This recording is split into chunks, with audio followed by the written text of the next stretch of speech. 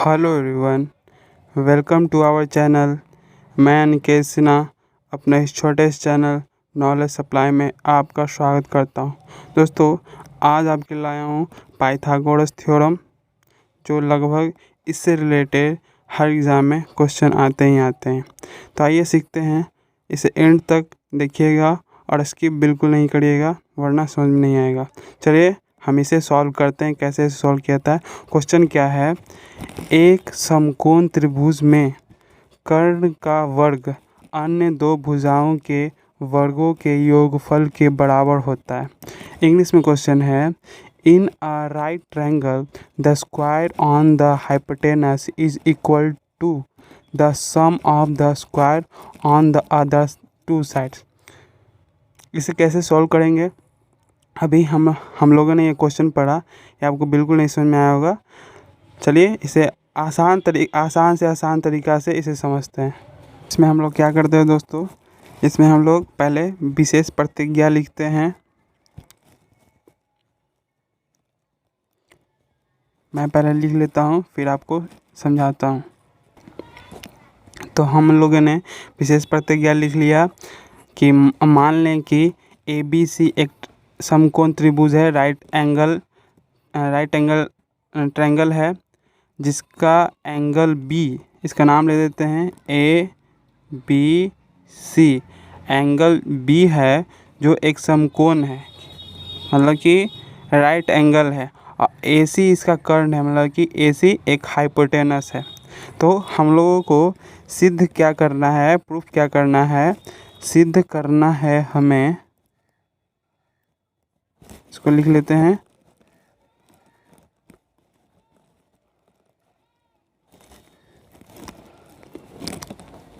AC का square और AC का स्क्वायर AB स्क्वायर और ये BC का स्क्वायर। क्वेश्चन यही कर रहा था दोस्तों कि एक समकोण त्रिभुज है, राइट एंगल है, और इसका जो कर्ण है, हाइपोटेनस, इसका स्क्वायर, इसका हम लोगों ने स्क्वायर किया, और अन्य दो भुजाओं, ये AB और BC एक भुजाएं हैं, जिसका इसका वर्ग इसका हमने कर लिया, दोनों भुजाओं के वर्गों के योग के बराबर है। तो हम लोगों को सिद्ध करना है, इसको इंग्लिश में RTP कहते हैं। इसके बाद हम लोग क्या करेंगे, एक रचना करते हैं, मतलब कि कंस्ट्रक्शन। रचना क्या करेंगे कि हम लोग लिख लेते हैं कि B से BD, मतलब कि B से BD करेंगे। यहाँ से एक रचना कर लेते हैं, B से एक BD लाइन ड्रॉ कर लिए, और किसके, AC पर लंब है, मतलब कि परपेंडिकुलर है, लंब डाल देते हैं। किस पे है, एक BD है, यहाँ पर BD नाम दे देते हैं, BD है, और लंब किस पे है, AC पे। आपको ये पता होगा दोस्तों कि जब भी लंब डालते हैं, जहाँ पे लाई करता है, वहाँ एक 90 डिग्री का एंगल बना लेता है। अब हम लोग क्या करेंगे, अब हम लोग चलते हैं उपपत्ति में चलते हैं कि ट्रायंगल ADB तथा ट्रायंगल ABC में चलते हैं दोस्तों। तो हम लोगों ने उपपत्ति लिख लिया। उपपत्ति का मतलब होता है दोस्तों प्रूफ में हम इस ट्रायंगल में चलते हैं कि ट्रायंगल ADB तथा ABC में चलते हैं, मतलब कि ADB इस ट्रायंगल में और एंगल ABC में चलते हैं। तो इसमें से हम लोगों को मिलता क्या है दोस्तों कि एंगल BAD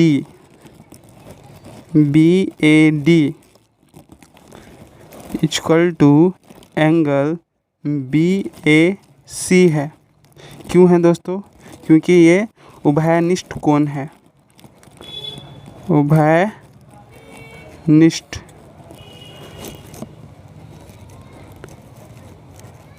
उभयनिष्ठ कोण कहने का मतलब दोस्तों कि ये कॉमन एंगल है, कॉमन एंगल है, इसको इंग्लिश में कहते हैं। और दूसरे में चलते हैं कि angle A D B equal to, ये बराबर है एंगल ए बी सी के। क्यों है दोस्तों? क्योंकि ये समकोण होने के कारण, समकोण होने के कारण सब में आप कारण लिखते जाइएगा, क्यों है कैसे है।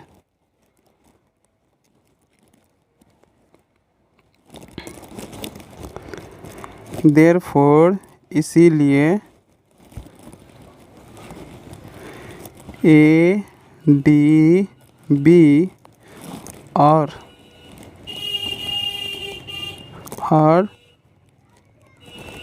ट्रायंगल ए बी सी समकोणिक हुए।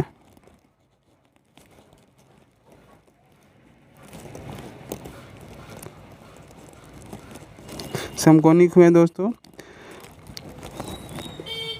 एक और हम लोग फिर से इसे भी कॉल कर लेते हैं कि हम लोग क्या विशेष प्रतिज्ञा मान लें कि ए बी सी एक ट्रायंगल है और एंगल बी समकोण है, राइट एंगल है, और ए सी इसका कर्ण है, मतलब कि हाइपोटेनस है।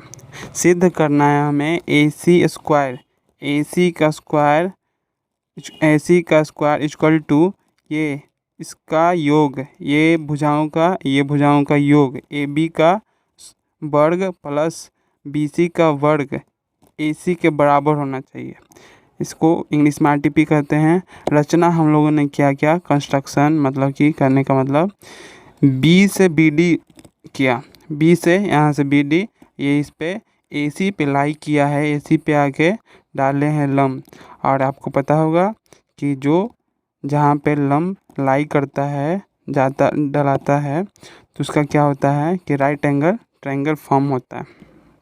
उपपत्ति क्या है, मतलब कि प्रूफ में चलते हैं कि ट्रायंगल ए डी बी तथा ट्रायंगल ए बी सी में चले, ए डी बी और ए बी सी में चले हैं। इसमें से क्या है कि angle B A D equal to angle B A C है। Angle B A D equal to B A C है। क्यों है? क्योंकि ये कॉमन एंगल है, मतलब कि उभयनिष्ठ कोण है, इसके कारण ये बराबर हुआ। अब एंगल ए डी बी है equal to angle A B C के बराबर। क्यों है? क्योंकि ये समकोण होने के कारण, राइट एंगल होने के कारण ये बराबर है। देयरफॉर इसीलिए ट्रायंगल ए डी बी और एंगल ए बी सी समकोणिक हुए। अब इसका क्या निष्कर्ष निकलता है दोस्तों कि जब ये ट्रायंगल बराबर हो गया है तो A B by A C equal to A D by A B हो सकता है। अब बोलिएगा क्यों हो सकता है? क्योंकि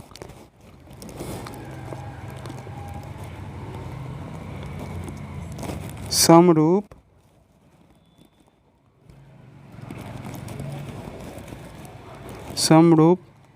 त्रिभुजों की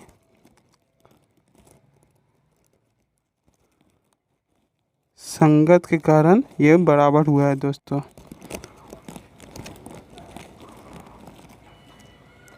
इंग्लिश में इसे कहते हैं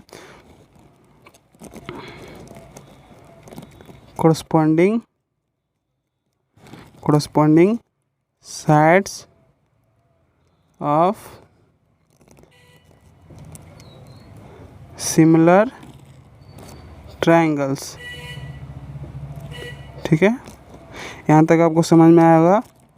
अब इससे क्या कर लेते हैं, इसे फॉर्म कर लेते हैं। अब इसे एक इक्वेशन बना लेते हैं दोस्तों। जैसे क्या करते हैं हम लोग, क्रॉस मल्टीप्लिकेशन कर लेते हैं, इधर से इधर क्रॉस मल्टीप्लिकेशन क्या हुआ कि A B into A B होगा, A B into A B equal to A C into A D होगा दोस्तों। इसे क्या होगा, ए बी स्क्वायर हो गया और ए सी इंटू ए डी हो गया दोस्तों। ये हमारा फर्स्ट इक्वेशन हो गया दोस्तों। अब इसी तरह आगे देखते हैं। अब इसे चाहे तो आप पॉज करके लिख सकते हैं दोस्तों, मेरे पास जगह कम है, इसे आगे सॉल्व करने के लिए मैं इसे मिटा रहा हूँ। ठीक है, पॉज करके आप लिख लीजिए। तो आगे चलते हैं दोस्तों। पहले इक्वेशन को हम लोग यहाँ पर लिख लेते हैं कि हम लोग को क्या आया था, A B square equal to A C into A D आया था दोस्तों। फर्स्ट इक्वेशन को यहाँ पे हम लिख लेते हैं। अब हम लोग क्या करते हैं दोस्तों, इसी प्रकार हम लोग लिखते हैं। वो ट्रायंगल तो हम लोगों ने मिटा दिया था, यहाँ पर ट्रायंगल था ए बी सी, यहाँ पे हम लोगों ने लंब डाला था, ये राइट एंगल। ठीक है दोस्तों। अब इसी प्रकार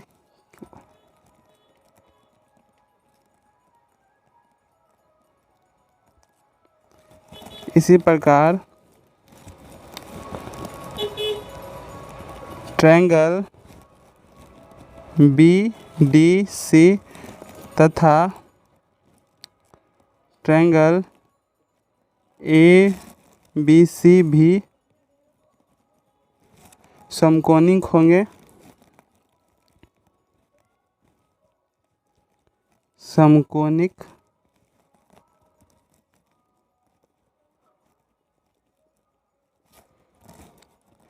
समकोणिक होंगे दोस्तों। तो ट्रायंगल बी सी डी तथा ट्रायंगल ए बी सी भी समकोणिक होंगे दोस्तों, सिमिलर प्रॉपर्टी के कारण। अब क्या करते हैं हम लोग, जैसे उस ट्रायंगल में हम लोगों ने ऐसा इक्वेशन बनाया था, अब इस ट्रायंगल में ऐसा इक्वेशन बनाएंगे, जैसे कि B C by A C होगा दोस्तों equal to D C by B C होगा दोस्तों। इसका कारण क्या लिखेंगे दोस्तों, इसका कारण वही लिखेंगे, समरूप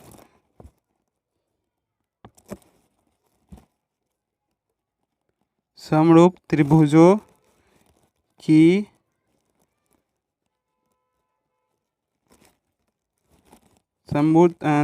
की संगत के कारण, संगत भुजाओं के कारण,